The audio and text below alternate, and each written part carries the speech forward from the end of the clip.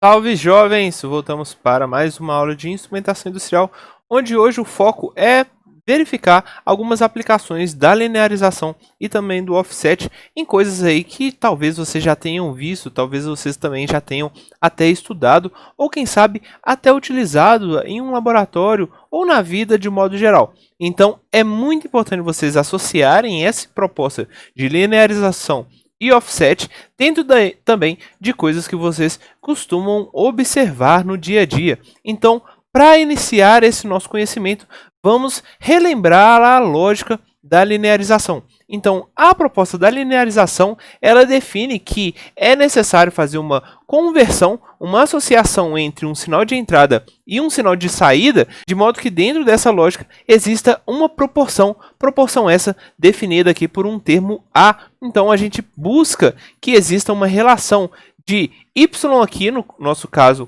um sinal de saída, por exemplo, esse y seja associado, seja resultado deste A, desse nosso fator A, vezes o nosso x esse também, que é um fator de entrada, aquela nossa medição de entrada, aquela nossa informação que entra dentro desse nosso sistema. Ou seja, se por um acaso essa nossa entrada multiplicada por um determinado fator gere o nosso sinal de saída, então a gente consegue observar essa linearização acontecendo, esse nosso condicionador de sinais. Bom, e a partir dessa proporção é muito importante vocês perceberem que é necessário que o ponto de origem, o nosso ponto 00 do nosso eixo cartesiano, ele seja incluído dentro dessa nossa linearização. Se por um acaso não entra esse nosso ponto 00, então a gente não tem somente a linearização, como a gente já tinha visto, a gente tem a linearização mais o offset ou mais o bias que a gente geralmente estuda, e muitas vezes vocês podem perceber que é muita coisa associada, a gente simplesmente fala de linearização, mas na verdade a gente está aplicando dois processos de condicionamento de sinais diferentes. Então é muito importante existir este ponto 00, a nossa reta obrigatoriamente precisa passar no ponto 00 para a gente falar que a gente está linearizando um determinado sinal.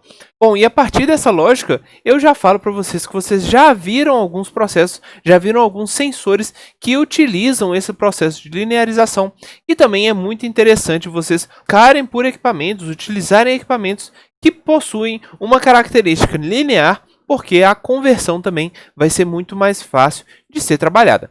E dentro desses equipamentos a gente já viu a nossa termorresistência. Termorresistência é essa que é um equipamento sensível à temperatura e como um sinal de saída, ele vai gerar uma variação de resistência, que a gente chama de RTD. Então, essa termorresistência a gente já tinha estudado lá nas nossas aulas de sensores de temperatura, ela apresenta algumas características de linearização. Dentro dessa nossa aula a gente já tinha visto algumas características, alguns dispositivos diferentes. Nesse caso, o níquel, o cobre e a platina, diversos equipamentos aí, sendo que é mais comum a gente utilizar a platina nos nossos dispositivos, nas nossas indústrias de modo geral. Bom, e aí dentro dessa lógica a gente consegue perceber o porquê da platina. Conseguem perceber aqui que, olha só, a platina ela possui essa característica, essa linearização muito mais destacada comparada ao cobre e comparada também ao níquel.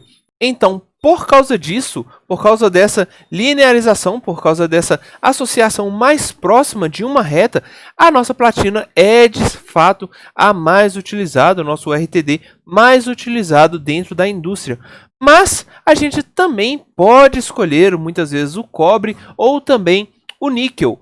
Mas vocês conseguem perceber que o cobre e o níquel não possuem exatamente uma característica linear, não possuem a reta como exatamente aquela nossa conversão. Bom, o níquel totalmente distinto aí de uma reta, mas o cobre ele possui uma leve curvatura aqui que a gente consegue perceber. E essa leve curvatura, se por um acaso a gente aplicasse o processo de linearização, então de fato a gente conseguiria ter aí uma resposta bem próxima daquela característica natural do cobre. Então, os RTDs de cobre também possuem a possibilidade de aplicar essa linearização, esse condicionamento de sinal, de modo a linearizar essa nossa resposta, que a gente ainda vai ter uma característica bem próxima. Mas no caso, o níquel, ele é totalmente descartado nesse caso. Mas isso não significa que talvez vocês não queiram utilizar o níquel, porque o níquel também possui algumas características próprias, algumas características que em alguns determinados locais seja melhor utilizar o níquel. Então, como que a gente consegue fazer com que o níquel tenha aí características ainda próximas de alguma reta, ou talvez algo mais próximo de uma linearização? Bom, dentro dessa lógica do níquel, a gente tem que obrigatoriamente aplicar o nosso offset. Então, o offset, ele é responsável por fazer aquele nosso deslocamento, um deslocamento que é constante, ele é comum em todos os pontos dessa nossa reta.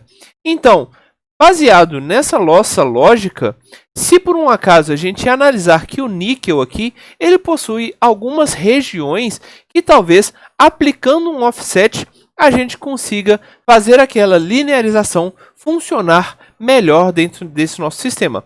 Ou seja, eu mostro para vocês que existem algumas regiões que aplicando a linearização, mas incluindo também um offset, a gente vai conseguir obter características aí relativamente boas para trabalhar com níquel. Então, nesses casos, a gente poderia simplesmente falar, olha, vamos trabalhar com níquel somente dentro de temperaturas que estão aí próximas de 500 até próximos de 900 graus Celsius. Ou também a gente poderia falar aí, ó, próximo de 200 até 400 graus, a gente também tem uma característica um pouco mais próxima de uma reta, mas essa reta possui um bias, possui um offset. Mas além disso, se por um acaso vocês talvez já tenham trabalhado com eletrônica, é muito comum vocês observarem o processo de offset sendo aplicado também em alguns dispositivos, em alguns equipamentos, como por exemplo o nosso osciloscópio, que a gente consegue perceber isso, mas também alguns circuitos eletrônicos, como os ceifadores e os grampeadores. Bom, esse deslocamento vocês conseguem perceber que ele simplesmente faz esse deslocamento desse nosso sinal. Então, aqui temos esse deslocamento, fazemos com que essa nossa reta de entrada, essa nossa tensão de entrada, desloque-se para cima. Então, esse deslocamento para cima é responsável pelo offset. Mas aqui a gente consegue ver aqui que ele possui uma outra característica. Ele perde um determinado ponto desse nosso sinal.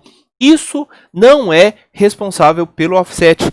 Neste caso aqui, temos novamente uma outra característica, um outro condicionador de sinal atuando dentro desse nosso sinal aqui de saída. Mas também o offset é observado, neste caso, dentro desse nosso sinal, esse nosso sinal de saída. Percebam que a gente naturalmente busca que essa nossa onda quadrada possua valores médios aí próximos de zero. Mas nesse caso a gente simplesmente obteve um deslocamento total aqui dentro dessa nossa onda quadrada. Esse deslocamento também é responsável, também é utilizado através desse nosso offset. Então, dentro dessa nossa lógica, dentro dessas aplicações, algumas características são muito importantes de vocês observarem que vão definir se por um acaso esse nosso sinal está possuindo uma linearização ou, quem sabe, possuindo aí o processo de offset. Bom, dentro dessas lógicas, vocês podem perceber que, primeiro, a linearização, ela obrigatoriamente vai fazer essa nossa modificação da grandeza física, porque é nesses casos que a gente analisou, a gente viu como, por exemplo, na ponte de Wheatstone, ela recebe um sinal de resistência, aquele nosso sinal que vinha do nosso strain gauge, mas como saída a gente tem um valor de tensão.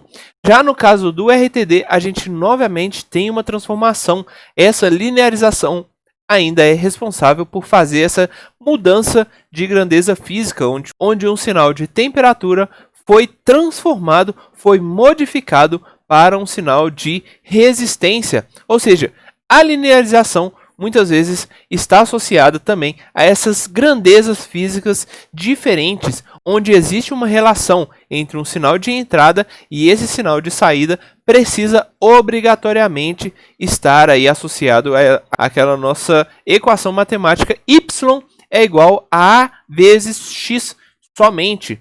Já no caso do offset, a gente não necessariamente faz essa transformação, ou seja, a grandeza física do sinal que entra continua sendo a mesma grandeza física do sinal que sai, que está passando aí por esse nosso condicionador de sinal, que é responsável por aplicar um offset. Ou seja, se por um acaso esse nosso offset está sendo atuado, está sendo aplicado sobre um sinal de tensão, então a entrada desse nosso offset é tensão, mas a saída desse nosso offset também é tensão, porque o offset somente vai fazer esse deslocamento, ele não vai ser responsável por modificar, por variar essa nossa grandeza física. Então é muito importante vocês perceberem que, novamente, aquela mesma lógica que a gente aplicou em sensores, que a gente aplicou em atuadores, aqui nos condicionadores de sinais também são aplicadas. Existe essa transformação,